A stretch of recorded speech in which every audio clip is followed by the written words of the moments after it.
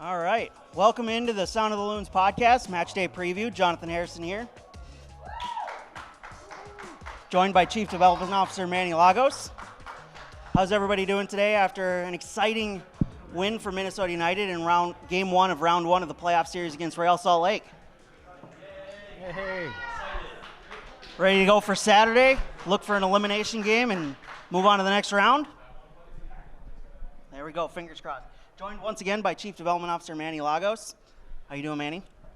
Pretty good. I mean, I'll be honest. I think as the show goes, I'm going to get more energy. Yeah. But we got off the plane and had about an hour and a half here, so I'm still a little like the energy's got to build up again. Yeah. Well, let's welcome in Chief Soccer Officer and Sporting Director Khaled El-Ahmad to the podcast. Give him a round of applause, everybody. Woohoo! Khaled, welcome to the show. Welcome to the podcast. How you doing? Thank you. I'm doing well. Honor. First time invited to you guys' podcast. So as nervous as I was for the penalties yesterday. So hopefully it'll be the same result. We'll jump into all of that for sure.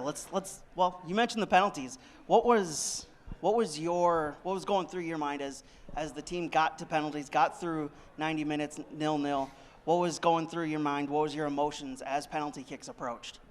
I had the same approach prior to even going to Salt Lake, and paratroopers get in, get out, which we did. We planned for it that way, and we got the result we wanted. Penalties, I think we prepared well the day before, having, almost everyone at the club showing up and kind of staging a shootout with fans behind the goal, etc. So I felt calm in a sense. But then when things are not in your control, you get a little bit nervous, excited, and happy we had a positive outcome. How did you guys come up with the idea to have the sporting club, much of the club, come out to practice and prepare the players with the atmosphere? I think the coaching staff and I have a good dialogue around how to be creative and try to foresee things or plan as much as possible. So ultimately, it was a conversation we had, and we said, let's try it, and it worked. So I think that preparations goes for everyone at Golden Valley for the support and work they did.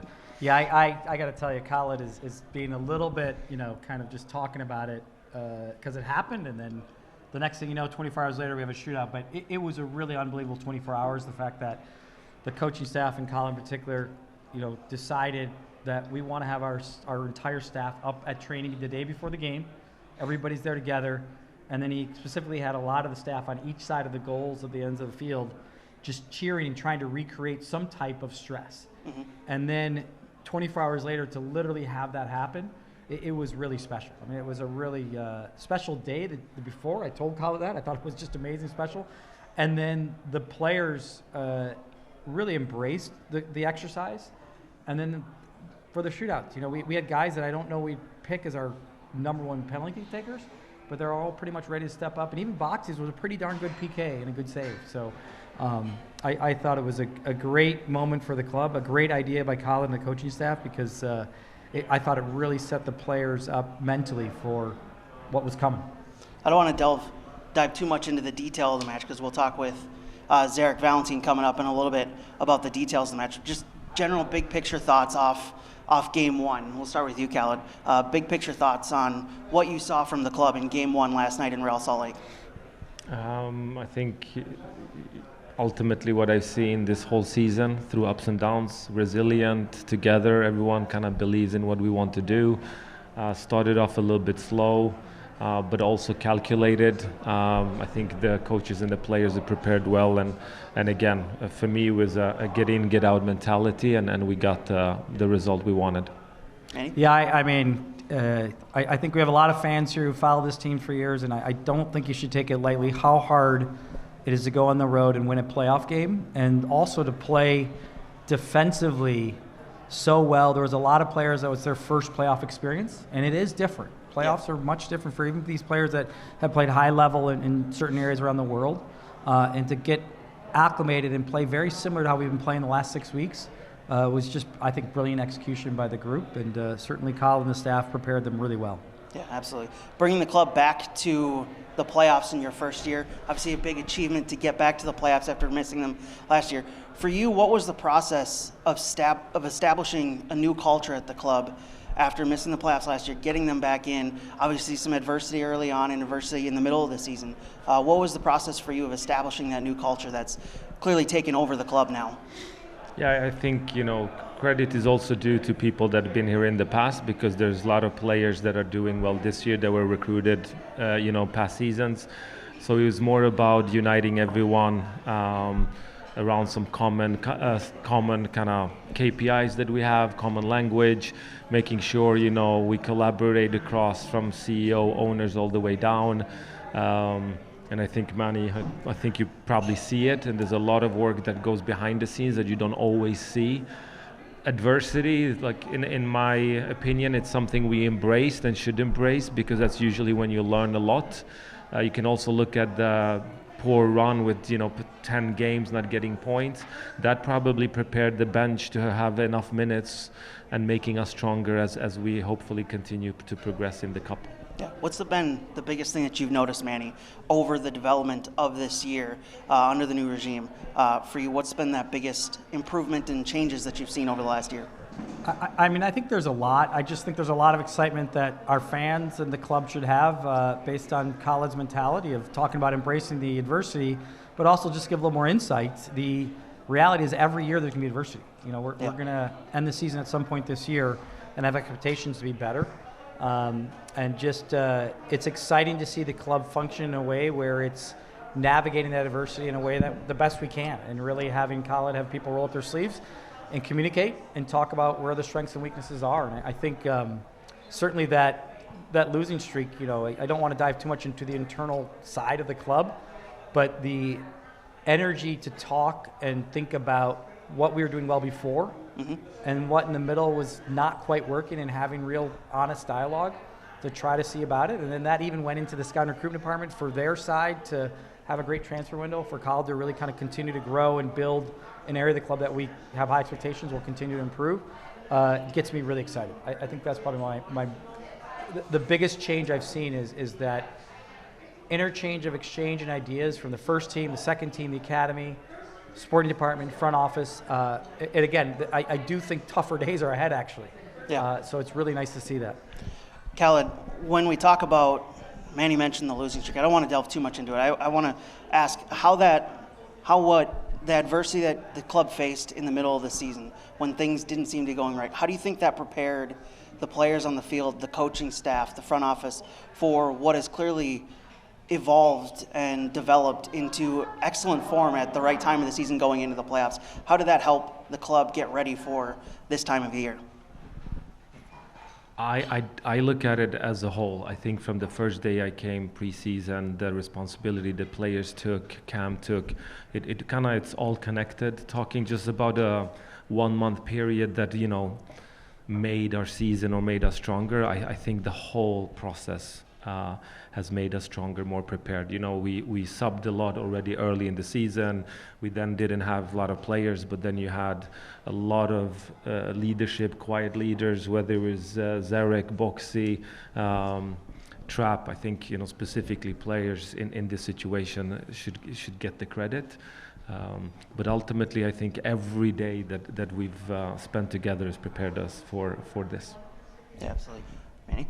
Oh, I think I guess I would turn more question to Khaled and just to see where he's at with the person that leads us on the field, Eric Ramsey, and his own journey this year as a first-time head coach, dealing with the adversity, dealing with the realities of MLS, and the realities that he's still growing into what type of head coach he wants to be, and Khaled's eyes for what Minnesota United needs as a head coach to do well.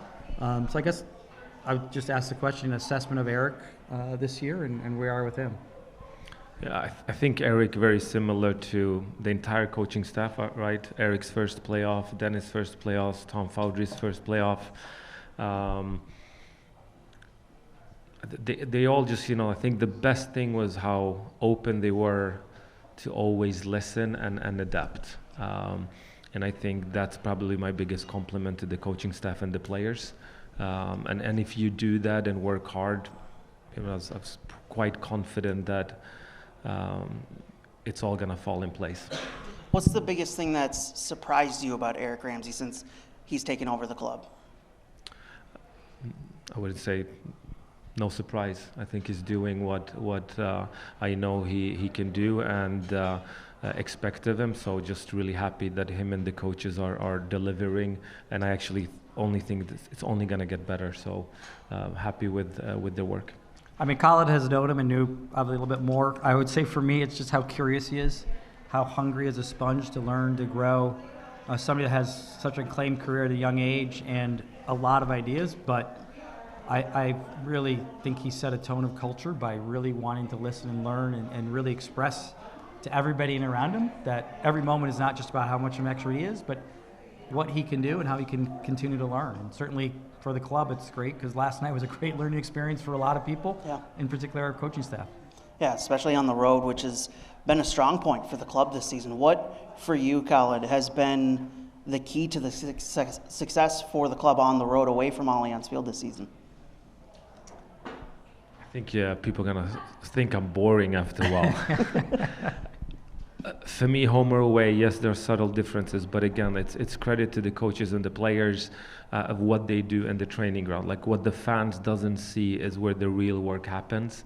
And I think, all the minor adjustments from conversations of not having cell phones at lunch and breakfast, like all that ultimately brings the group together, and they brace even a simple rule. I have only 2 rules, and I'm happy that they follow those rules. But it starts almost there, and if you really, really buy in and you come together as a group, I have a frame on my door says impossible nothing, and I think this group of players and coaches and club can kind of work towards that impossible is nothing. Well, I mean, I'll go a little deeper just so we won't be too boring. We got this podcast, but no, really, I think the defensive identity of this team has been like no other in the history of the MLS iteration, particularly on the road. Just outstanding. Colin and I were talking about last night, 1 goal in 6 games, a lot of those games on road in tough places. Now a playoff game where you not only don't give up a goal, but you limit the team's chances, and that wasn't an aberration. That's been going on probably since the Kansas City game, which was probably not, that's the game we did leak a lot of chances, but that identity I think has, at least for me as a fan and somebody who's watching the team from afar, it's a great place to start to get points on the road, that you're going to be really good defensively, because MLS teams tend to get wide open and kind of lose their discipline if they don't find chances and goals in certain parts of the game. Yeah, you talk about that defensive solidity that's shown up here late in the season, Manny, and 1 goal in 6 games, and it comes with a couple players playing out of position. Khaled El-Ahmad back at right back, Carlos Harvey moving from probably defensive mid back to center back. What's been the key for this club finding this defensive form this late in the season, as there's been some adjustments in how it seems that Eric Ramsey's kind of figured out how this team has played? What's been the key for you when watching this club put together that defensive form? I think that we have versatile players that are willing to, kind of potentially put their ego aside. Do I want to be a striker? Do I want to be a number 6? But actually fit into what's best for the team is again another credit, and also the coaches being smart enough to get the best out of the players, and it comes back to the work they do in training ground and the way they communicate. I also think this back line hasn't trains a lot, because during international break, Boxy, Harvey, Rosales are not even there. So what excites me is I think the more games they get to play together, they continue to improve. Yeah, absolutely. A lot has been made mention of that defensive solidity, obviously for big reasons. We've talked about it, the 1 goal in 6 games. But one of the big additions that you guys made in the middle of the season, Kelvin Yeboah, a number of goals. He hit the ground running, certainly for the club. What did you guys see in the front office in him that made you feel like, that made you key in on him to bring him into the club, and how impressive you've been with how he's been able to just get going right from the get-go here at the club. Yeah, before I answer an additional comment when we talk about the defensive solidity of the back five, the way we defend starts with the strikers, and also, there's a lot of work Trapp and Hassani do that covers ground. So the whole group as a whole does a very good. For Kelvin, I tried to sign him when he was 18 years old. When I worked for City Football Group. So I knew him really well. I knew he would fit in the system, that he can press, he can run behind, he can hold up the ball, he can score goals. But also, most importantly, good person that will fit in the culture. He belonged to a club where I know the sporting director. He was on loan in Standard Liège, where I knew the sporting director. So it was a very good decision by us as a club to bring in, and his adaptation is a credit to him, but it's also credit to everyone around the club, starting with player ops, Angie, and also his teammates that kind of bring him on board. Because if you look at some other DPs or players that come during the summer at other clubs, haven't necessarily adapted as quickly as ours have. So that's a big credit to everyone involved. Yeah, no, I'd even say last night was an example of I felt like RSL looked a little bit depleted, and part of that is I don't think they had a transfer window where their players really adapted well, and they're still trying to navigate how they're going to become a team like they were at the beginning of the season. And I think Kelvin is certainly, it helps when you score the goals, but I agree with Khaled. For this group here and for our fans, what a great kid, lovely guy, ready to do the things that the club's going to ask for him. But then the goals on top really, I think, helped drive home that we're going to have a good defense. We're going to be organized, we're going to have stability, and then we can go forward to get chances. And you kind of brought it up. The right wing back of Bongi and Sangbin, is really shows the kind of selflessness right now of this group. And I think, we got Zarek on later. It's another guy that really understands the concept of selfless. He's played a lot of different positions over his career, and that's why he's had such a long, great career. And now we have guys like that. We're saying Ben and Bongi are really excited to be on the field and contribute, even though maybe it doesn't lead to them having their personalities in terms of their best qualities come out of the game. But the team-wise, through the roof. Absolutely. Let's talk a little bit broader here. Playoffs at large. Khaled, what's your thoughts on this year's playoff brackets and how Minnesota has slotted in their path to the MLS Cup? A little bit of a tough road, going on the road to start off, but then what a next round series between potentially LA Galaxy or Colorado Rapids, should we get there, when we get there. What's your thoughts on how the playoff bracket kind of sorted itself out on decision day? Yes, I think ultimately you somehow get what you deserve throughout the season. It evens it out. So one, really happy that we got into playoffs and have a chance to compete. Whether we finish 4th, 5th, 6th, 3rd outside of the home field advantage, I think all teams in the playoff series now are tough. Our Galaxy favorites against Colorado, yes. I think ours is very, very even, similar to Seattle and Houston. But look, I think as we continue to progress, meaning next game and then whether it's the next round or game 3, I'm confident that whoever we play against, we have a chance to win, and then that is a good starting point. And I also think if I'm an opponent, I wouldn't necessarily want to play Minnesota United. Yeah, absolutely. And that's something that, Manny, you and I have talked about, is this form and the momentum that the club has certainly built up over the last month and a half, 2 months. And the way that Minnesota's playing, like Khaled said, you don't want to be an opposing team going up against Minnesota with the way they're playing right now. No, I think it was a good example last night, going on the road and limiting the amount of chances a home team can get, first playoff game, knowing that game goes to PKs, and us really, like I said, limiting them having any kind of rhythm throughout the game. And then really the best chances that were created within the run of play were really through our guys. So it was a fun night last night, and we had a great Minnesota crowd there. We had some good front office that came. It was like I said, it was a really fun 24 hours, and I can't help but think about Saturday just because it's going to be our first playoff game at home since 2019. 2020, we had no fans, so it's exciting doing this show. It's exciting for our fans. I think Saturday is going to be a really special night for Minnesota soccer. Absolutely. Can't wait for it. Before we talk about that, just want to get your guys' quick opinions on some of the other matches that have happened in the first round. Plenty that has gone on. What are the results or games that have stuck out to you, Khaled? I'll start with you then, Manny. Oh, you start with me. But Galaxy, Sure, yeah. 5-0. That sticks out in my head. Yeah. You know, they played well. They dominated. Obviously, Colorado has not been good on the road all year. We don't want to look ahead. We certainly don't want our players to look ahead past Saturday. But it's more than likely if we get through this series, that's who will play. They have a guy by the name of Ricky Puig, who I think is one of the funnest players to watch live. I always tell anybody this league is so unique in that there's these kind of players pop up where you're like, just so different. And he is that kind of guy. And they've got a front line that's outstanding. They've spent a lot of money and they've done well in their recruitment. The Yamada kid, the Japanese kid back, has been really, really good for them. They probably should have won the West. They probably, kind of just the last game really hit them hard. So to me, my brain goes to the team that we potentially will play in the next round. Khaled? I think, it shows the importance of the season itself because, most of the home teams win.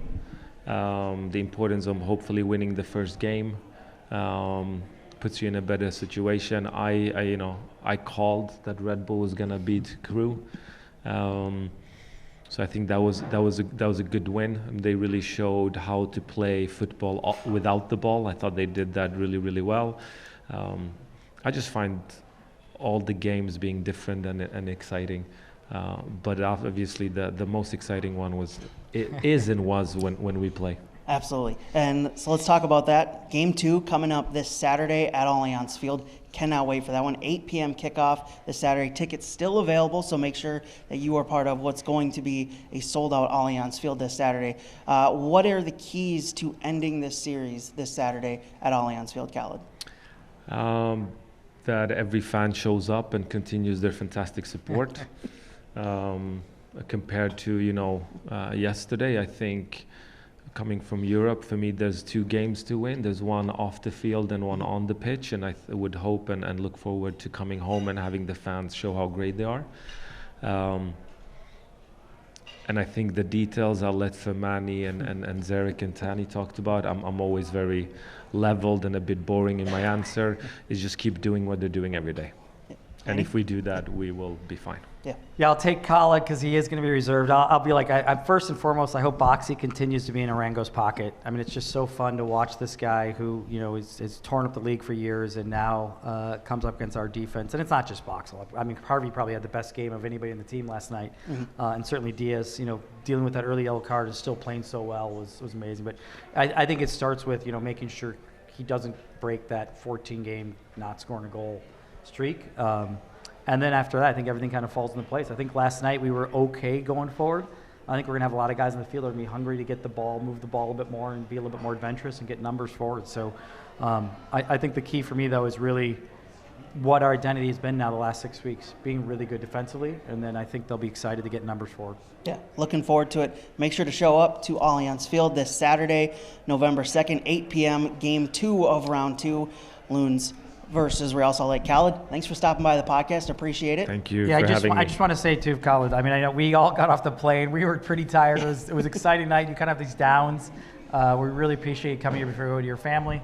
Hope you have a good night's sleep. It's going to be a fun couple days, and get that group back and ready to go. Yeah, I appreciate having me, and keep up the good job. Cheers. Thank you. Give it up for Khaled El-Ahmad.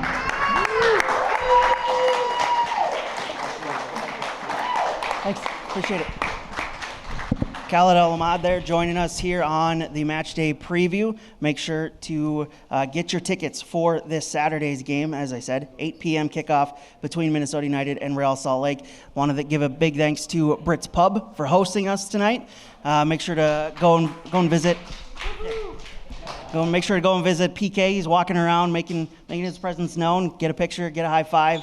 Get a picture with PK. But joining us now, Loons defender and fellow radio broadcaster now, Zarek Valentin. Give it up for Zarek. What's up, bud? Welcome. Long time no see. How's it going? Good. I think you might have to turn it on. You turned it off, yep. We're on now. Can you hear me? We're good? There we go. Thanks for having me. I'm excited. I'll bring some energy to this. I love it. Here we go. Yeah. Yeah, it's you brought the energy last night to the broadcast. I know it's a little bit different for you instead of being on the field. What was that like for you, watching your teammates on the field from about, as you said, about 100 feet away in the broadcast booth last night? I went through all the emotions. I think as a lot of Loons fans, it was high. What was the quote? What was the quote, Jonathan, I heard last night? Said he needed a cigarette during the I needed playoffs. a heart medication. It was a lot. But I would say for me, the biggest thing is on the field, I feel like I can contribute. Whether I'm a sub and I didn't play a single minute, I can still be on there, give energy to my teammates, especially after the match, being able to go up there, get them a water, give them a pep talk, pat them on the butt, get their legs up, whatever they need. But from the booth, it almost makes the game more real because you have to literally describe every situation, good and bad. So every good chance we get, I'm living it with Tani when Zach McMath pulls a ridiculous save. And then when we give up one on the opposite end and Dane has to stand on his head like he did for a lot of last night, I'm living those moments as well and understand just how close they were, as opposed to you don't maybe get as much of a feel when you're in the stands or on the side. But yeah, it was a lot. It was a lot. It's certainly been fun having you in the booth. Before we talk more about this game, just one final question on that. What's been the biggest transition for you? What's been the biggest thing to adjust to outside of maybe not feeling like you're as connected to your teammates on the field instead of being on the field, being up in the booth with us?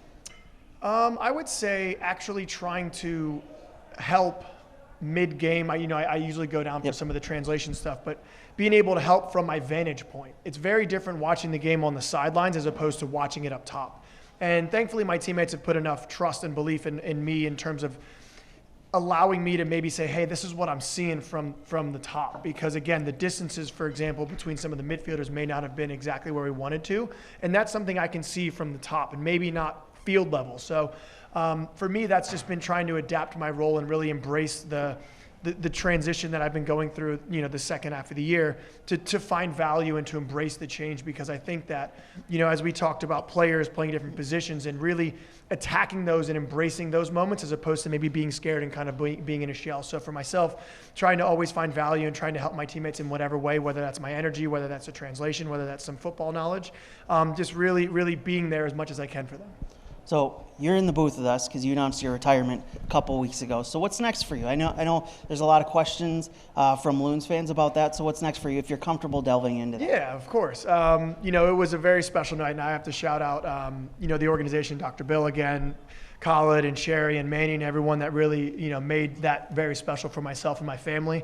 I'm not going to get choked up about it. I was going to get there, but I'm going to walk my way out of it. It was just, as a player, you always dreamed of being carried off the field, winning the championship game, but it's not always going to necessarily end like that. But I'm really blessed to be part of such a special footballing community here in Minnesota. And I know Manny and I have had many, many conversations about that. And it's something that kind of might get lost in a lot of MLS circles because it doesn't have the glitz and the glam of a Los Angeles or a Miami because of XYZ reasons, but there's something extremely special here in Minnesota, and I didn't know that until I got here. I had heard rumblings about it, but being able to live it day in and day out for me, I was extremely honored to be on the pitch and represent Minnesota for these few years, but to really try to engulf myself in the community, and it's something I want to be a part of. So I'm really excited to hopefully be around the organization coming next year, and that role still kind of figuring its way out here. But Minnesota is becoming home for myself and my family, and we love it here. Love to hear that. I just throw in there with Zarek. It's like him to deflect the question to talk about great our community. We do have a special community, we know it, but really, I say this a lot. Zarek's career, he had a great pro career because of that mentality, and it'll lend him well to wherever he goes and whatever he does in the future, because that mentality is one where he wants to help everybody be better by bringing out his personality and then making everybody better. And ultimately, again, there are players that can say that at the end of their career, and there's players that lived it. And Zarek was one of those guys that lived it, and that's why you had the great career he did. Thank you. Appreciate that. Absolutely. And he's made our broadcast better just by being able to provide excellent in-depth analysis, and we've absolutely loved having you on with us every week. Let's jump into this match. A 1-0 or a penalty kicks win for the Loons last night in Real Salt Lake. Zarek, you were there with us. Manny and I have shared our thoughts on it. What are your general thoughts before we dive into the finer details of the match? For me, it's a tale of two halves. I think maybe the first half wasn't exactly what Loons fans wanted to see, and maybe the players on the pitch as well, in terms of the way we defended in the lower block, and their best chance came off of a giveaway in the midfield by us, and that's something that's hard to deal with because at the same time we could have prevented it, but ultimately we look back and say, hey, some of their best chances came off of a quick free kick taken where we might have tuned out for a half a second, or a giveaway in the midfield, as opposed to a team making 20, 30 passes and breaking us down. But for me, the defensive performance, as Khaled and Manny touched on, for me is really what sticks out, because that's not always the most fun thing to do, is to have everyone buy into it. But it can be very effective once everyone's on the same page and willing to sacrifice for the guys next to them and put maybe a little bit of their ego aside and say, this is what the team needs in these moments. And being someone fortunate enough to have been a part of a few playoff wins on the road, I don't think you can understate how hard that is to go into a place, to deal with some of the adversity, to deal with altitude, whatever it might be that's thrown at you, to go in there and to kind of rope-a-dope at times and to come out on the positive end of that is good, because it would have been very difficult to go through that match and to lose on penalty kicks would have been really disheartening. But again, as much as we enjoyed that, I was on the plane, I was in the locker room and in the meals as guys are already doing their regens, and it's already eyes on Saturday. That's what's most important. I don't want you to give too many of the finer details away, but for you, what were the things that changed in the second half? Because certainly things picked up in the second half for Minnesota United, and things obviously started to kind of evolve and get a little bit open between the two teams in the second half. What were some of the changes from each squad that changed the second half? I think in typical MLS fashion, the game opened up a little bit towards the end of the half, especially. I think, not getting too in depth, but I think just being a little bit better on the ball is a general concept that always makes attacking a little bit easier, right? If you can connect passes, especially if you're going to defend a little bit, that first and that second pass, once you win the ball back, is extremely important. And I think we're a little bit better with that in the second half. We can still definitely get better moving forward. And again, I think just a continuation of the defensive effort is something that's going to have to be there. We've done it the past 6 games, but it's one of these things where with dangerous players around the league, Chicho and Luna and whoever they might throw up top, you have to be tuned in for 90-plus minutes, or else good players, just like we saw there was the quick free kick. If you tune off for half a second, they can get in on goal. Luckily, we got a pretty good goalie in DSC back there to make a save. But again, those little details, again, that's not groundbreaking by any means, but those little things can compound over the course of a match and really put you in a better situation to get a result. Manny? Yeah, I thought, about the 70th minute mark was when it really started to open up, and coaches were starting to make subs, and the chess match got a little bit more detailed, a little more intense for both sides. And I thought there was a time there where we were going to go ahead and kind of, to Zarek's point, from up top, when we won it in the first half, they were all over us and they kind of had a middle press. Really hard for us to get out, connect passes. Next thing we're back in our low block. They're not really creating a lot of chances unless we did have the one bad turnover for the good save by Dane. But really, I think in the second half, it started to open up in a way that, like, if we won it, we could get forward. And obviously, I love the switch from Dane to Diaz to Joseph, into saying back to Joseph, through ball to Yeboah, and then he had the pass to Tani. There was just a couple of those moments in the second half were just outstanding. So again, I thought this about the 70th minute is when the players were like, maybe we can go ahead and win this. And the coaches were like, let's make some chess pieces here to see if we can win it.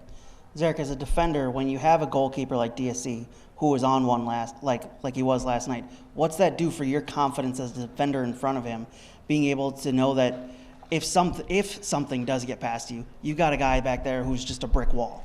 It's nice.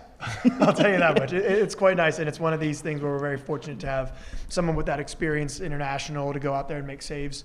But also it empowers you to be aggressive as a defender, knowing that you can go out and try to make plays. And when we touched on it, and for me, I went up to Carlos Harvey after the game, and for me, that was one of the better performances I've ever seen him in a Loons kit, in my opinion. And part of that was his aggressiveness to be able to step into certain places to connect his passes. But again, if you understand that you have the cover, but also you have the cover even deeper with a goalie that might bail you out, it allows you to kind of be in those moments. And again, when defenders are playing on the front foot and they're playing confident, then they're stepping in and winning the ball and playing forward. And now those chances are creating, right? When you have a switch and then you're able to have Joseph get his head up, quick combination, now we're in behind.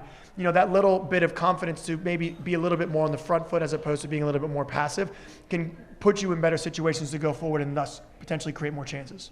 Yeah, the 3 saves in the second half I thought were outstanding. I mean, I'm including that one at the late with the kick save that he kind of just made look easy, but he was really good at standing tall. If you think about the breakaway, didn't guess, stayed tall, made Luna try to beat him. And then you had the other one where, Diaz tries to chest it back. Guy sneaks in. Dane doesn't panic, and he just kind of says, hey, you're going to have to get by me. And he really couldn't because Dane was there covering the whole goal. So he was outstanding. The only error I'd say is that his those first 2 PKs, he looked a little bit unsure of how he wanted to go navigate the PK shootout. After that, I think he was dialed in. I thought those first 2 was the only time he was a little bit like unsure. Am I going to guess? Am I going to hold? But he seemed to really grow into the PKs really, really well. We mentioned Dane. We mentioned Carlos Harvey. Is there anybody else that stood out to you for their performances, and why did they stand out last night? I mean, as a whole, I thought it was a good defensive performance. But for me, I'll circle back to last week as well. And subbing in, when you have the luxury of subbing in players like Tani and Sengbin to provide the energy that they did, and they were able to create multiple goals last week, where Fraga and Tani and Sengbin were able to combine and come in off the bench. And then to have those types of players come in, and Sengbin came in and was very poised, and Tani coming in with the energy that he brings to, Zach makes a wild save on the one, but to be able to build up enough depth to make changes and to be able to elevate is ultimately, as a coach, what you really want. That's a luxury that we have and something that we're going to have in our back pocket. And again, for me to be able to make changes and for the level to not necessarily drop is a big thing for me. Yeah, I thought Tani and Sengbin added some great energy. I thought the only other one, like individually, it was hard because you probably wouldn't see it on the TV broadcast, but Hassani's work rate, especially in the first half. We had a couple times where he gave us away the ball in some bad spots, and he really had to cover a lot of ground. I mean, a lot of ground. And I thought he did a lot of the dirty work that probably wouldn't be seen on TV. But if you're at the game Saturday live and he does it again, he's had a great month of soccer for this club in terms of really cleaning up stuff, working hard, breaking lines with his dribbling, etc.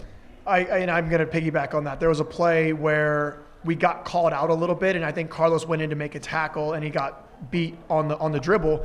And Fireman Dotson is there recovering to double down, and ultimately doubles down. Carlos is able to recover, and then ultimately we were able to mitigate that attack and kick it out for it was a deep throw in, but that was a pretty dangerous one where he probably did a 50-yard sprint and made the play. And those types of things, they don't show up on the stat sheet. You don't look at the box score and go, oh, Dotson made a great play in the 46th minute. No, it's just one of these things where unless you see it and you kind of understand it, I mean, he's been his second half of the season just really growing into his own and being confident and just doing all the small things that, again, won't show up, but that was a good call. You mentioned Fireman Dotson there, and this has been one of the features of Zarek joining us on the radio broadcast, is these nicknames you have for your teammates. You've got Fireman Dotson, you've got Lunch Lady Trap, which I don't know how he feels about that one. He's not a big fan.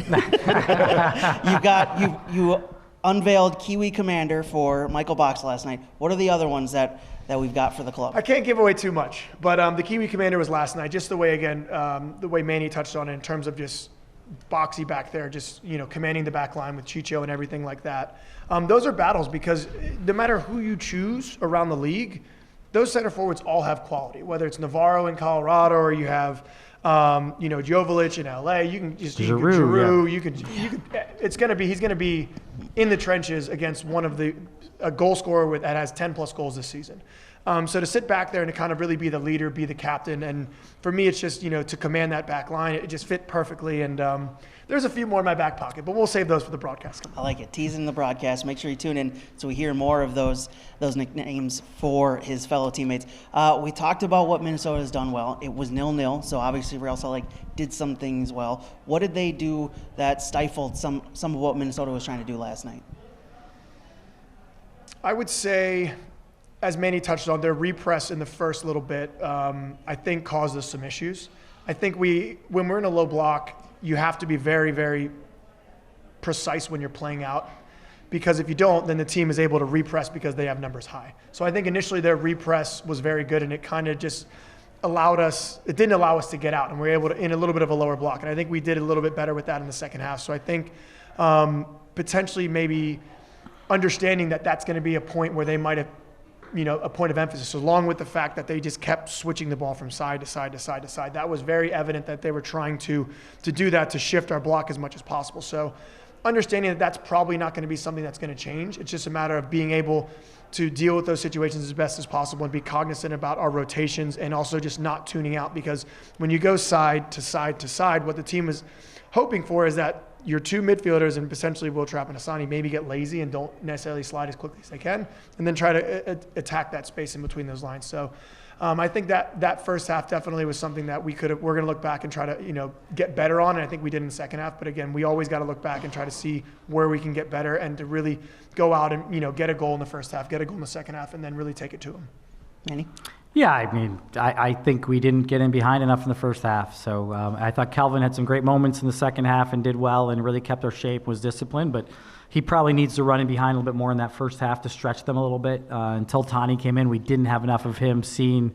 Even if he just runs 30 yards, it opens up space to start playing a little bit more in the midfield. So I think in that first half, Kelvin was just a little bit off once we won the ball about transitioning to offense quickly, or neither getting into the channel and battling and keeping the ball higher up the field, and or just saying, listen, they're that high and they're repressing, the space is in behind. I've got to use it. And again, I think it's a lot to ask when you're working hard defensively, you're working to keep the ball, and then you got to remind the guy plus also when you make 45, 50-yard runs, but he's got to do it. Ultimately, that's what a center forward in modern day is doing all the things, plus he's running between those center backs all the time. Push that line back. Let the guys breathe. Let us get some possession higher up the field. We're not just kind of playing two passes and going back to Dane and kicking it up again, and now it's really hard for him to keep the ball because that's really the bread and butter of like a Justin Glad is winning that first ball. So ultimately, I think that was it. We're in the first half. Kelvin's got to be a little bit sharper, getting in behind, hungry to get in behind, hungry to break that line. I bring up that St. Louis game where he had some really nice movement in behind. It hurts defenders. They don't like returning and running. Derek, I imagine you don't like doing that. No, it's the worst. And again, to kind of touch on those points, what I was saying, what made their repress good was the fact that if Kelvin does keep checking to the ball, it makes that space even smaller and smaller and smaller, and they can keep pushing their lines higher. So every once in a while, if he does stretch, it's the worst because you have to honor that run, because if you don't, then he gets in there because Kelvin is strong enough and fast enough to be able to where if the ball's played right, he can hold off anyone. We saw it in the Kansas City game when they had the counterattack goal, where Robin Lod played a ball in the channel. He's fast enough to get there. He's strong enough to hold the guy up, cuts inside, goal. So I definitely think a good balance of that. The yin and the yang will be, it's tough to defend. We almost had that again, by the way. The Kansas City goal almost happened. Yeah. It was a great little run Same by thing. Kelvin. Good cut in and, good save by McMath there. You mentioned Zach McMath. How do you as a team, when you're going up against a goalkeeper, like we mentioned Dane St. Clair was a brick wall, Zach McMath had himself a heck of a night. I'm remembering 7 saves or something like that last night. How do you as a team continue to just stay confident in what you're able to do, or trying to figure out how to get past a goalkeeper who's having a night like that? It's tough, I'll tell you that much, because I think both teams felt that at times, because both goalkeepers are having great games. It's just a matter of staying disciplined and doing the small things, and Khaled touched upon small things off the field amounting to success on the field, and it's just a matter of doing the same exact thing. And for me, goalkeepers can only do that so much. Eventually the dam's going to break. It didn't last night, but there might have been a crack in it at some point. So hopefully we can continue to do that, because for goalkeepers to put in performance after performance, eventually that's just not sustainable. And it's tough to ask your goalkeeper to do that, right? Eventually you got to be like, hey, we got to help this guy out a bit. We got to try to, shut things down a bit. So again, you have to, maybe give him a little golf clap and say, hey, good performance. But from there, it's just a matter of, again, trying to create chances, trying to run behind, trying to give him different looks to change things up a bit. Most threatening opposing player last night or most threatening Real Salt Lake player last night in the match was, and why? Oof.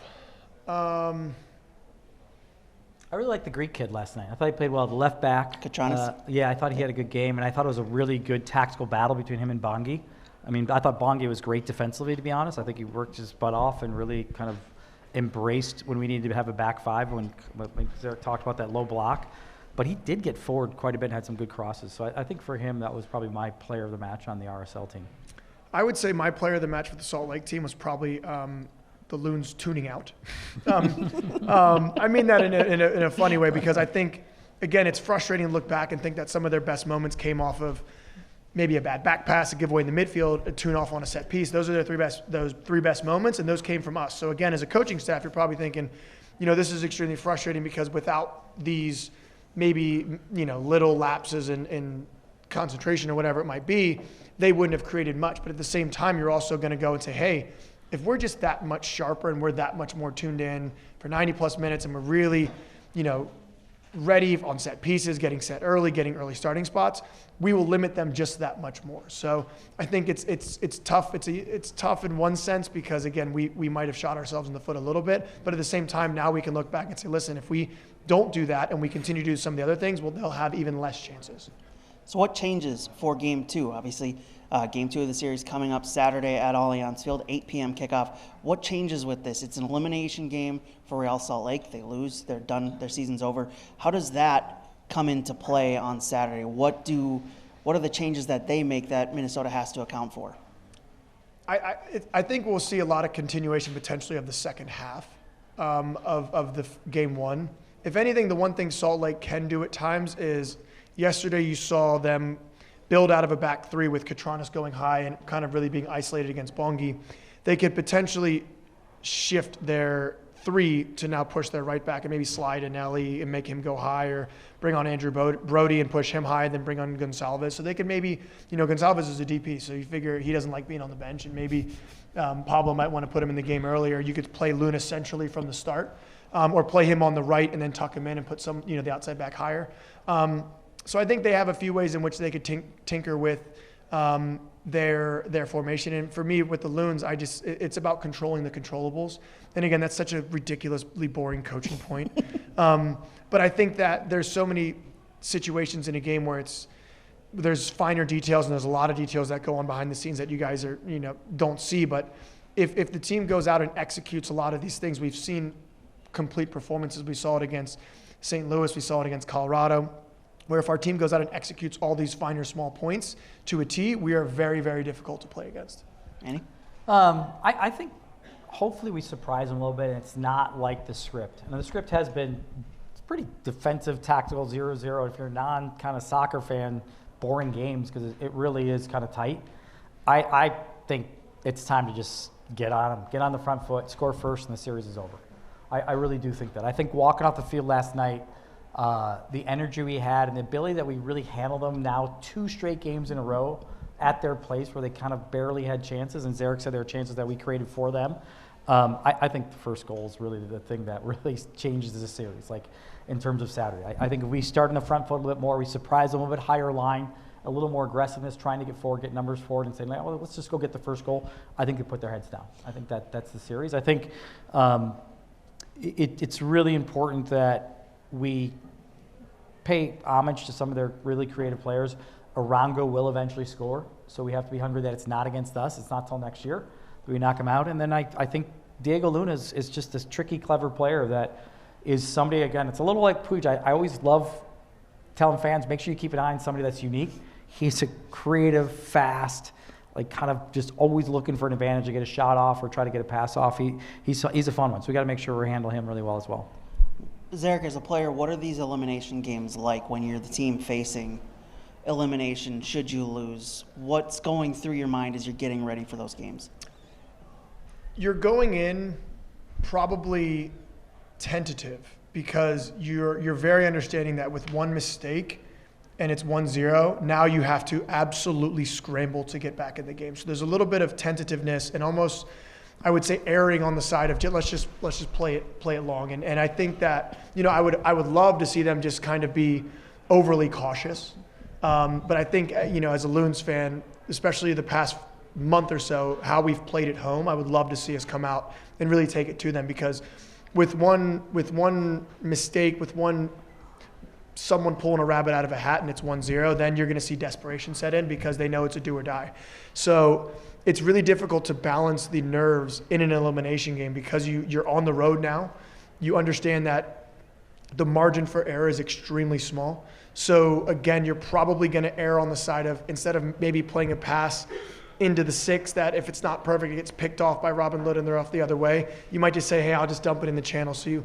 So there's this weird, kind of trying to not let your mind get into this negative mindset as much as possible, while also being like, hey, we want to play, we want to do these nice things, but, trying to find that balance, and hopefully they don't get it right. I think I got a question for Zarek. Yeah. Okay. Oh, boy. How do you think the players will and or need to react to Spitting Gate? And then B, what do you want the fans, and how do you think the fans should react on Saturday to Spitting Gate? Whoa, I didn't expect, that was not on I want to throw It's on the rundown. And the context is, I think he'll be in the starting lineup Saturday. I'm pretty sure. I think he will be as well. I would say, as someone who's been on the receiving end of an incident like that. I would have rather have someone punch me in the face than spit in my face. And that probably sounds weird, but there's just something really degrading about that. I hope he's learned his lesson. I also, again, I don't necessarily want someone, I don't think we should target him where this is an NFL thing. That's just not the way it is. I think we should hopefully put in 2 or 3 goals and send him home very sad. And then just wave in his face and say, hey, have a great offseason, buddy. Because again, that's a character flaw to me when your visceral reaction is to say, I'm going to do this. That's like a deep down thing that he's going to have to wrestle with. So for me, if I'm going to embrace Minnesota, let's kill him with kindness by opening the door as we hopefully welcome them back into the locker room after a loss. Let's do that. As much as you can, take us inside the conversations that you guys have, as players have had about how to handle this situation with, as Manny calls it, spitting gate. Spitting gate. I think there's a lot of emotion involved in it. And for me, something I brought up to Eric is, and I hope I don't get anyone in trouble with this, but obviously there was mass confrontation and things like that. And I'll reference Carlos Harvey. Carlos Harvey actually got fined for his reaction. And if it's no stranger to know that Carlos Harvey's from Panama, Michael Boxall is from New Zealand. Carlos does not speak any English. Boxy does not speak, he speaks very, very, very little Spanish. But for me, the fact that Carlos was there and got money taken out of his paycheck for backing his teammate, in which he probably hasn't had a crazy amount of in-depth life conversations with, to me is a sign of a pretty damn good team. And for me, that's a team that I want to be on and a team that I'm proud to be a part of. And with that being said, there's definitely a fine emotional line to tread, because ultimately you don't want to have someone do something dumb and get a red card or something like that. So again, if it's me, I hope we put a bunch of balls in the back of the net, and maybe you pick one out and you hand it to him as it's 2-3-0, something along those lines. Maybe that might be too passive aggressive, but but again, I think that for me that the way that incident went and the way we backed our teammate was proud. And again, it's never good to get fined, and we never want to do any of those things. But to have my teammates back is something that for me that runs deep, because they're brothers, and I know Bo and I know Maxwell, who's his kids, and these guys are like more than just teammates. So for me, that was awesome to see. And again, kill him with kindness, with hopefully opening the door as we eliminate them in playoffs. His answer is the right answer. The reality is it happened because of how well we were playing, and we had a player being really frustrated and acting out. So hopefully the guys will, remind themselves that any little thing can be a red card, could be us going back to Real Salt Lake. So we do have to kind of keep our emotions in check. But like the fan in me, I'm curious to see how our fans are going to react, though, because they've been great all year, and sometimes they're great in a way that they get on guys who they don't like or they're upset with. So it'll be interesting to see how our fans react to his first game back since his suspension. It's certainly going to be one of the bigger talking points of the match. One more question about Game 2 that I had for you, Zarek, kind of following up on the last question I had. When you're the team that could be the eliminator, you're going into this game with the chance to eliminate Real Salt Lake. How do you guys approach this game now? What's the mentality going into that one? How do things change for you guys when you get on the field that night? I would say, similar to a topic we touched on, I think if we can control the controllables in terms of the tactics and on the the chalkboard and set pieces and things along those lines, but at the same time feed off the energy of the crowd, which the crowd the past few games for me has really been in it from the get-go, been able to back the team, having a party in a sense, because we've had some good results. If the team can do that, I'm telling you, the team feeds off that energy. It's one of the few places in MLS where the crowd can get going and that place can get rocking and the players feel it and they can smell blood in the water. And if we have that, it's a recipe for me to go out and attack and get a good result. Looking forward to it. Manny? I think, it was such a fun night last night. There were so many good things. And I think we still didn't play as high of a level as we'd like, which is funny to say how well we've been defensively. So I think individually there's going to be a lot better performance Saturday than there were Wednesday. I think set pieces are always so big in playoffs, and I think we were a little soft last night, I would say. I don't feel like I don't think it's Zach McMath's strength is crosses, and I don't think we had enough, making him really sweat. So set pieces on the offensive side I think are going to be really big for us, because I think we can really get in his head. Or if they play the young kid, if they switch that position, now you got a really young, inexperienced goalie in there. And defensively, we got to keep our set pieces we just can't allow them because, again, it's a playoff time, and we can't afford to give up those kind of goals. We asked Khaled this in the last segment. Zarek, what are some of the other playoff games that you've watched and that you've taken note of so far through the first round? For me, not just because it's my old team in Houston, but I think that's a really interesting matchup. Some of the other, there's a little bit of a lopsided result in LA, but that one was interesting. How Houston could have potentially escaped out with a win in penalty kicks, but that one seems a lot more even than some of these. Of course, you could say the Red Bulls and Columbus won because of a little bit of what would be a pretty big upset. But for me, the Houston one's really could go either way, genuinely. So I'm really curious to follow that one and just see kind of what transpires in that series. How big of a loss is Kariski for that second game? He's not. He wasn't voted, I think, CONCACAF Player of the Year for no reason. I remember when we signed him in 2022, he got in, and we were like, man, this guy's pretty good. So I think that they're probably going to put Latif Blessing in, and it's hard to understate the calmness and the quality on the ball that he has.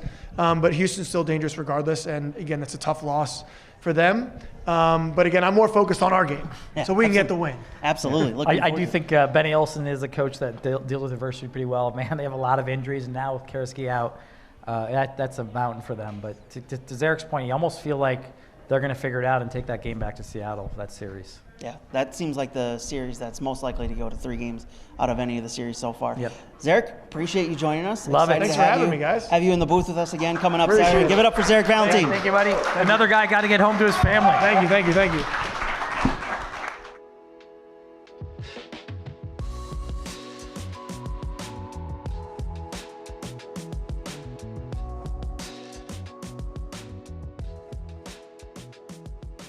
Are you ready to take your Loons fandom to the next level? Join Minnesota United's official season ticket waitlist, The Preserve, for just $25 to get early access to tickets and first shot at securing available season tickets in 2026. Visit MNUFC.com/tickets/preserve to become a member today.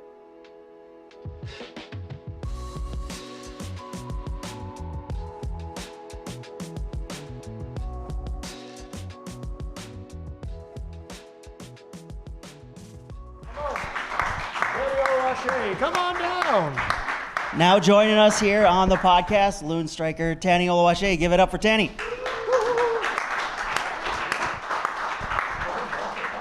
Once again, want to give a big thanks to Brit's Pub for hosting this evening. Appreciate that, Brits. Make sure to take a look and get a high five and get a picture with PK. He's walking around, traveling around. Make sure to say hi to him. Tani, how you doing today? Big game last night. Yeah, really big game. Big win too. Yeah, absolutely. How are you feeling after that big win? What are the emotions that were going through you immediately, and how have they kind of processed over the last 24 hours?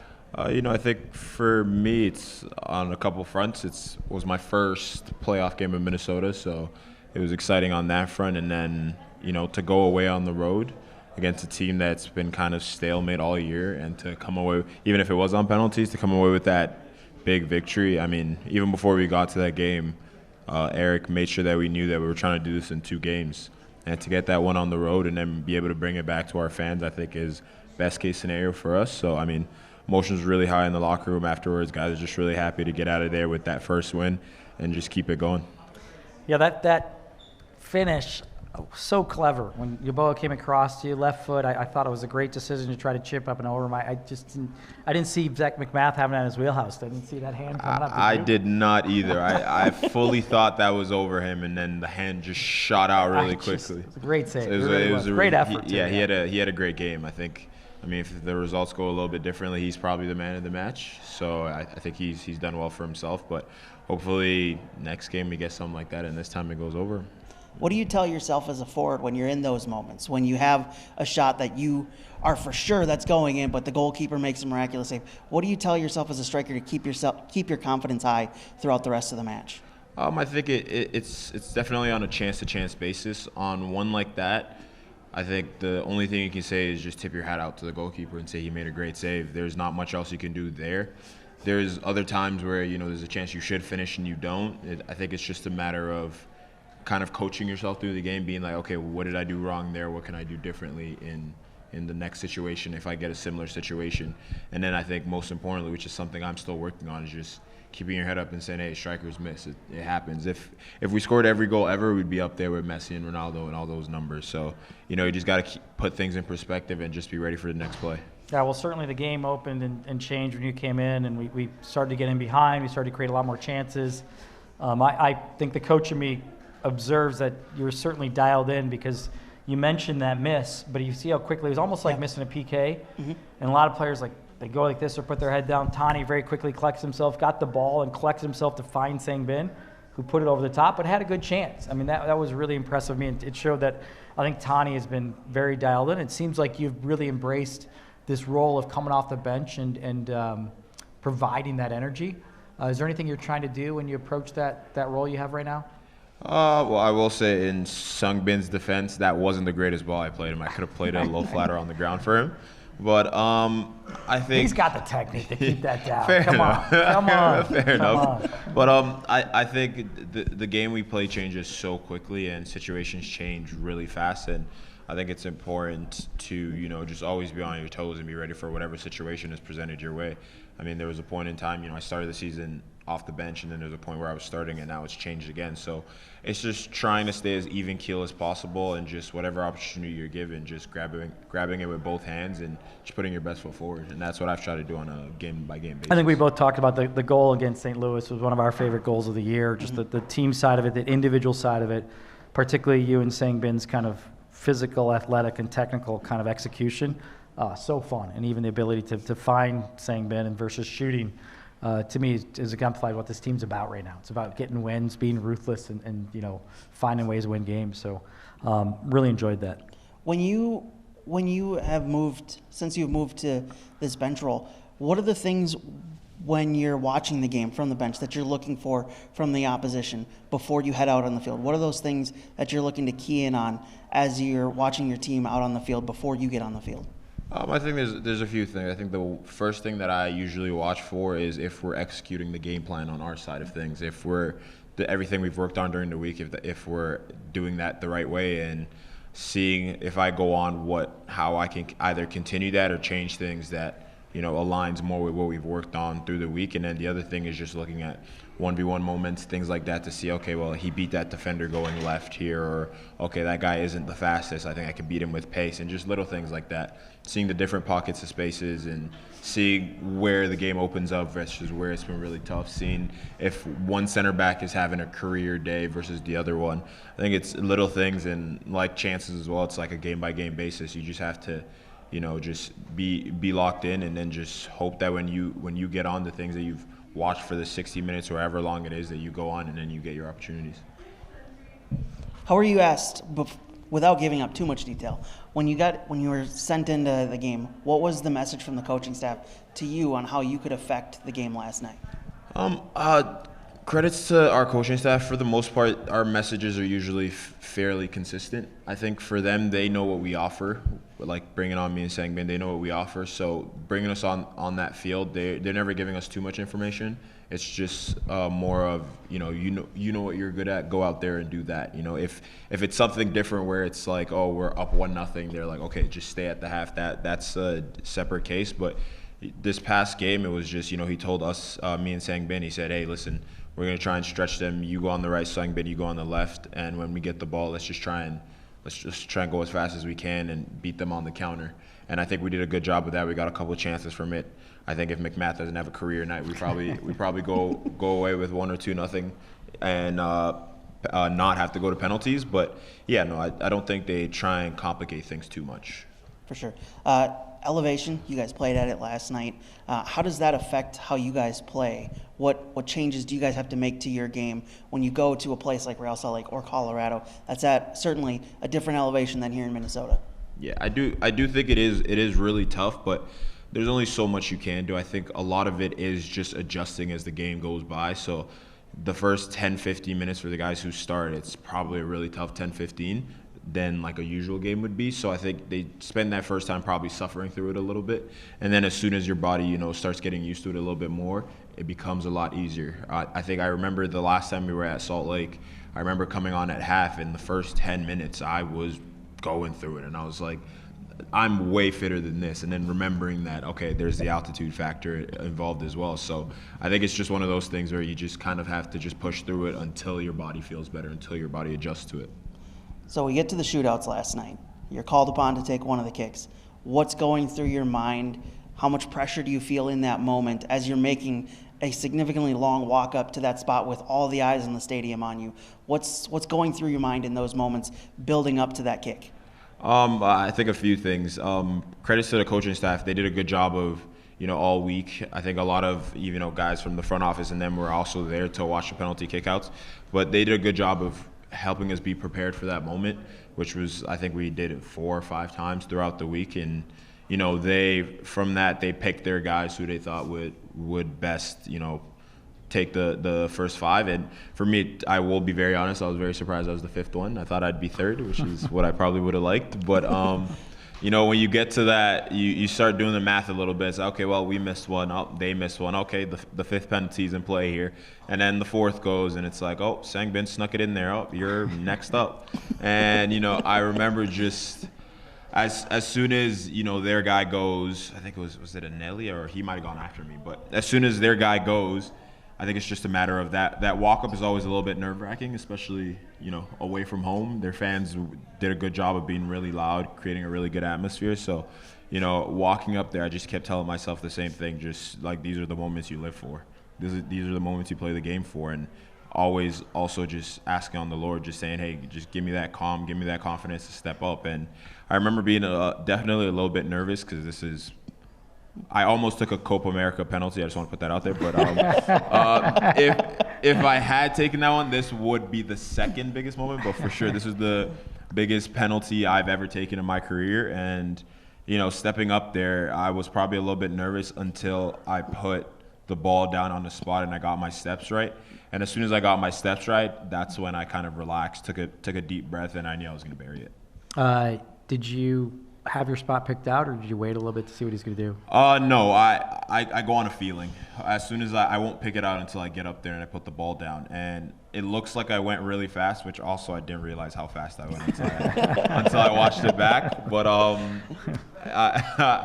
as soon as I put the ball down, I'm going really fast, but at the same time, I'm keeping an eye on the keeper, because with me moving that fast, he has to make a decision even faster. So I saw him move right before I hit the ball, and then it's just a matter of telling my brain to go the other way. Sure. What was your immediate reaction when Coach said you're number 5? In my head? Yeah. Shoot. I was like, okay, well, 5, that means if I miss and they score, it's over. Okay.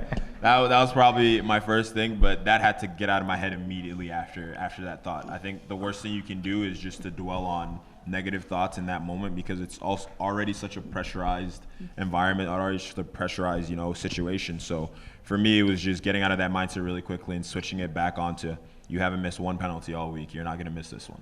Love it. After moments like that, who's the first person you call or reach out to after a big win like that, and you've played a part, especially in the penalty kicks in a playoff moment like that? Usually it would be my dad, but he's actually in Nigeria right now, and they're 6 hours ahead. So he turns off his laptop as soon as the game ends. So now it's just kind of, I go on my phone, I see a lot of one of my college teammates, he watches all my games, so he'll be one of the first ones I reach out to. And my best friend Evan and his parents, they watch all my games, so I'll go on and they usually have a text waiting for me there, and then I'll just go there. Like the penalty yesterday, my best friend Evan texted me and he was like, "You look like you just wanted to get out the cold." I was like, "Yeah, no, wasn't far off, So yeah, there's a couple of different people that I'll usually reach out to after games like that. I assume you've gotten in contact with your dad at this point. I have, yes. I called him. I called him today. Yeah. Well, what did he say after watching you? He's other than me, he criticizes me the most in a positive way. So the first thing I asked him was on that finish, because he always has an opinion on it, whether I want it or not. So I was like, "What do you think?" I think maybe I could have done this, maybe I could have done that, and he was like, "No, I think the goalie just made a great save." I was like, "Okay, I thought the same." glad we're all on the same page. But we didn't actually get a chance to talk about the penalty because he was actually out. But he tried to give me a tip on penalties a couple days before. I did not take the tip at all. But it worked out. So we'll probably have a little bit of a conversation about that. You mentioned the cold. How did that affect you guys last night? Because obviously playing in the summer, you don't get that much cold. But now in the playoffs, it's going to get temperatures are going to dip here a little bit. Significantly dipped last night. What was the changes for you guys? Oh, I mean, I think everyone would be lying if they said it wasn't a factor.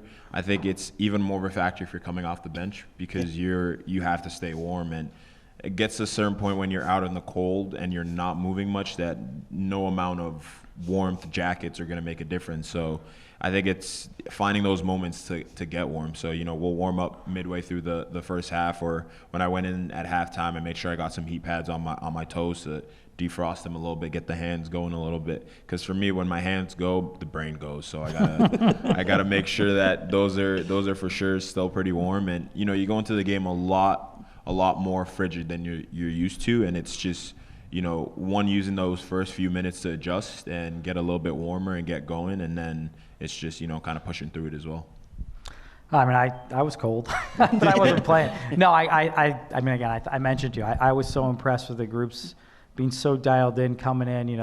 There's some stats out there where you actually have a large percentage of losing your first duels just because you're not mentally or physically quite ready, and then you have the cold.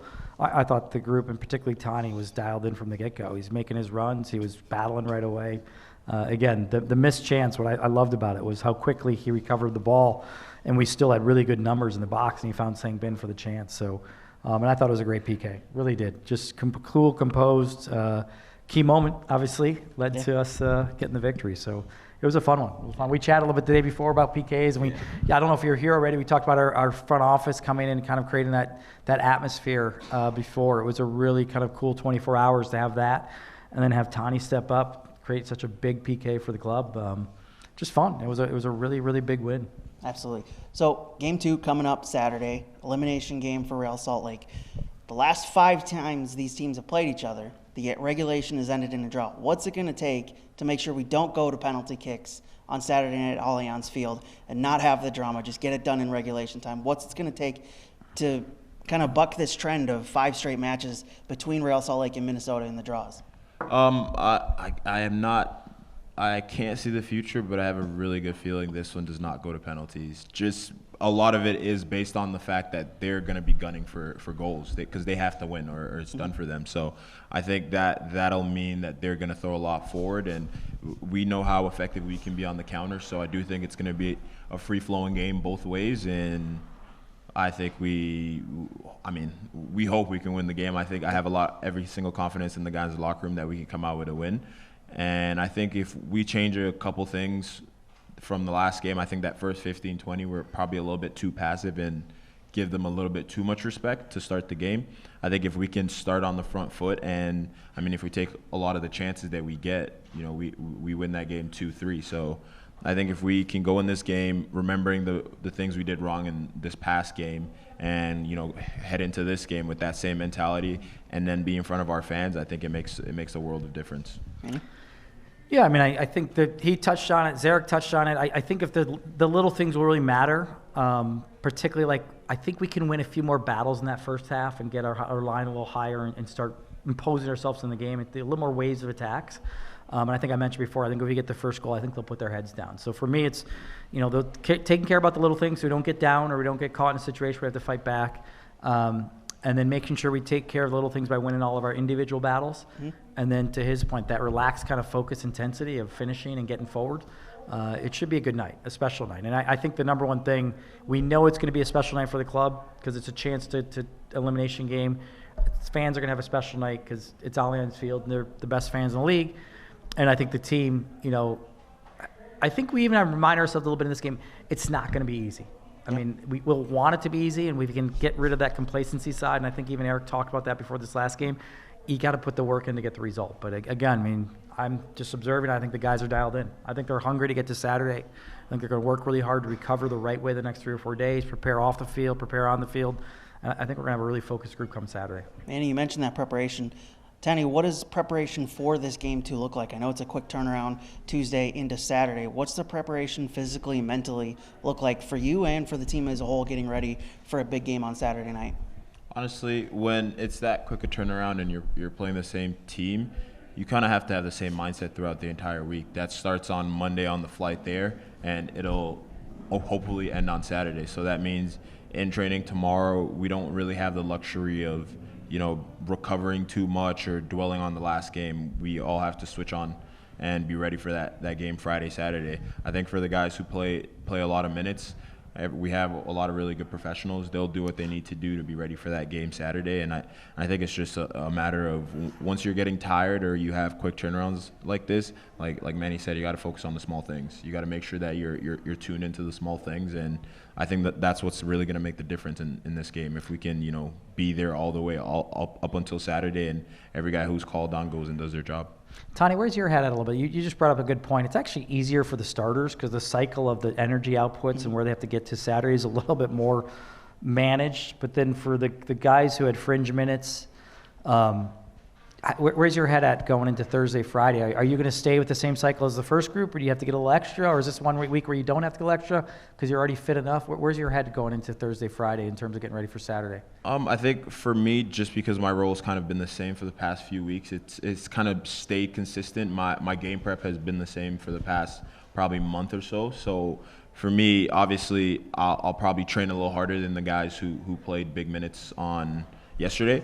And it's just a matter of, just knowing that whatever minute I go on Saturday, that I'm just ready for it, I think it's easy to get complacent in situations like this, and I think it's important that every single guy, myself especially, I think just to go in there when that moment is called and just execute. Has that been the message from the coaching staff and the leaders on the team, not to be complacent going into this one, knowing that you have the one game lead, that you're the team that could do the eliminating on Saturday? Has that been the message of just not being complacent?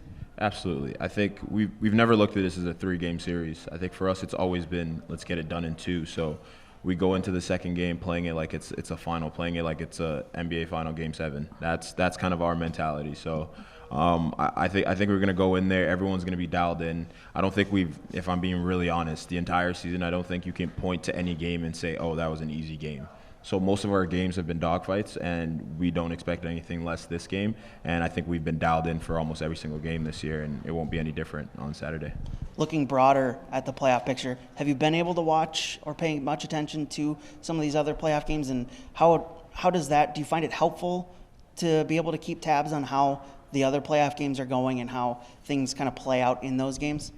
I wouldn't say I find it helpful. I think a lot of us on the team are just fans of the game. We're just fans of the league. So we're definitely always going to pay attention. We also all have, like my Canadian teammates are also in the playoffs as well. So I'm always paying attention more for that than it doing anything for us in particular. I think it's just enjoying the game and just getting an opportunity to watch soccer played and a good level of soccer.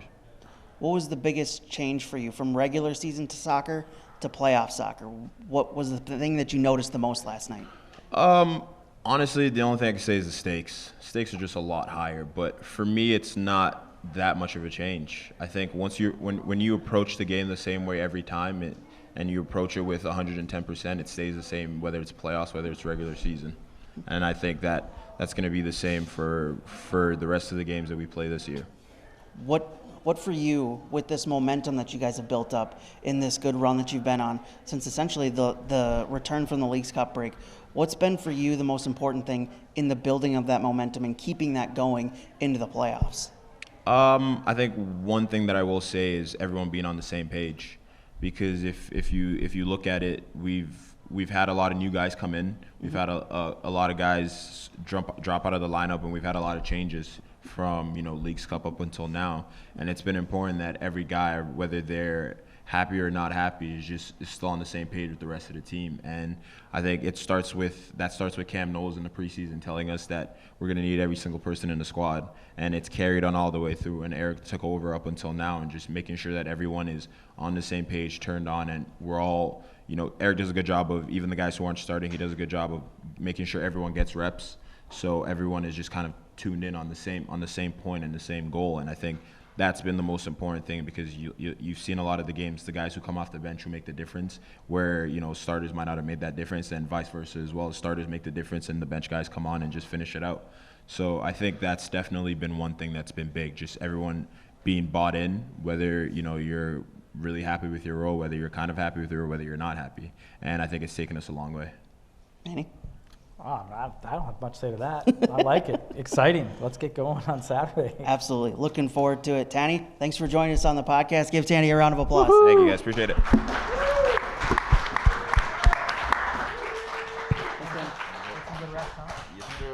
Tani Oluwaseyi joining us there on the Matchday preview. Manny, a couple final questions for you. Other playoff games to watch in Game 2 of Round 1. Obviously, a lot of Loons fans will be keeping an eye on LA Galaxy and Colorado Rapids. What are some of the other ones that you'll be watching this weekend? I think, obviously, the game before us, 70,000 probably at Mercedes-Benz, Messi versus Atlanta. Just that's going to be cool. Anytime you put 70,000 in a stadium to watch soccer in the U.S., it's almost like when I go to Allianz Field. It's surreal that we have this beautiful stadium here in the Twin Cities that has that kind of environment. It's pretty cool that we're going to probably have a 70,000 crowd this weekend. I like that. Loving it. Looking forward to it. Manny, your message to fans getting ready for Game 2 at Allianz Field this Saturday. Yeah, I think it's our 2019. We talked about it. You know, it's going to be another special night. And I know we say that a lot together. We've worked on this show quite a bit, and it's going to be that special. I can already feel the buildup of the energy of our fans, the pride they have for this group, and it goes both ways. When you hear Tani, you hear Zarek, the pride that they have for the type of fans we have that give them the energy, but honest energy. When we're not playing well, I think they give them honest energy to get going. So I think it's just going to be an incredibly special night, historic night for the club. And I think we should be really proud. I think we should be proud of what this team's accomplished already. And I think we should be proud and excited that I think there's a lot more to come. And it starts with getting the win Saturday night and getting to the second round. Looking forward to it. Should be fun. Certainly join us at Allianz Field. Tickets still available. Sellout pending. Should be a sellout, and I expect it to be a sellout for sure. But tickets still available for Saturday, November 2nd, 8 p.m. kickoff at Allianz Field. Little late. Join us there. Little late. Central time, but we'll get through it. Plenty on the line. Manny, looking forward to it. Looking forward to talking to you then. Many thanks to go around for sure for putting this on tonight. Brit's Pub for sure. Thank you, Brit's Pub. Thanks to our guests, Khaled El-Ahmad, Zarek Valentin, Tani Oluwaseyi, for joining us on the podcast tonight. Woo-hoo!